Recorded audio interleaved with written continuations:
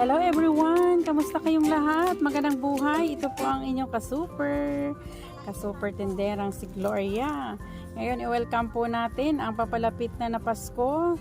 At talaga naman, ganyan po kaningning ang pagsalubong ng iba sa ating mga kababayan at ang kaibigan po natin sa ibang bansa.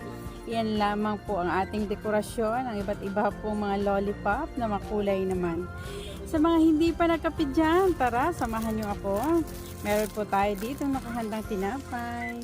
Ano po ang tawag dyan? Paki-comment nyo naman. At saan bang lugar ito ay mabenta at saka saan bang lugar ito ang kanilang special na pagkain. Bukod dyan, meron din po tayo nitong medyo mahaba. Paki-comment nyo naman kung ano po ang pangalan nito. At sadya nga namang napakasarap nito pag atin pong ihalo sa ating kape tuwing umaga, tanghali man yan, mapahapon, mapagabi. Basta kape, sarap talaga ng tinapay. Meron pa tayong isa. Pero alam ko to, huwag nyo namang sagarin yung aking talagang kakayahan na alamin kung ano itong mga tinapay. Ito yung tinatawag nating apas. Malambot po siya, parang ano to, egg bread. Nasa gano naman para sa mga pasintabi po, so kagaya ko na hindi kompleto ang ngipin, masarap po ito, pistayo.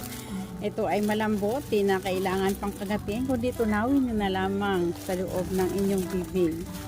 So super po yan, masarap. At ang paborito ng lahat, ayan, tingnan nyo po, ubi is life, ubi tayo dyan. Ubi kayo dyan.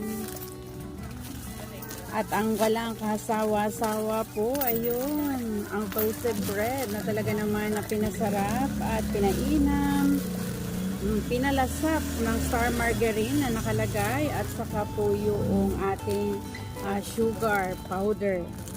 Yung puti-puti po dyan na nakalagay, ang tawag po dyan ay sugar powder.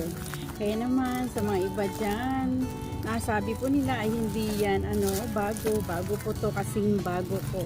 Kasing mas mabango pa po kaysa sa inyong tendera.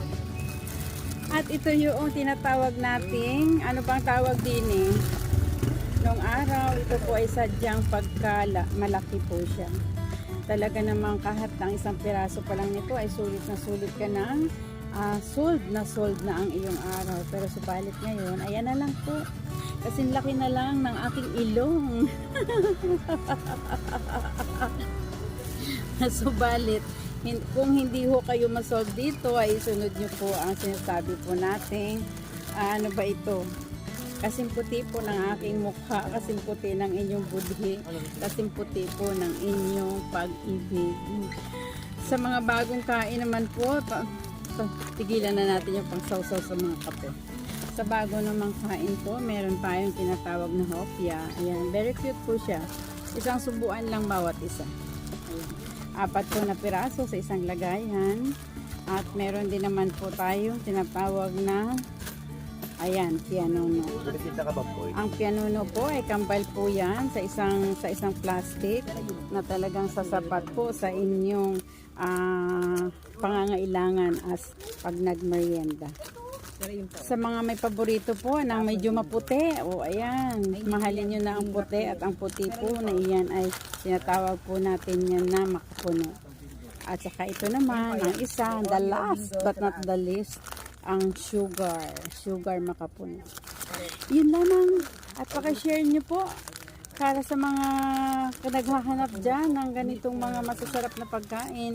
Nang sa ganon marami ho tayo na madalhan at marami po tayong marating. Paki-comment naman po kung ano ang ibang pangalan ng ating mga tinapay para nasa ganon aware tayo kung ano po ang mga ito. Thank you so much, babus!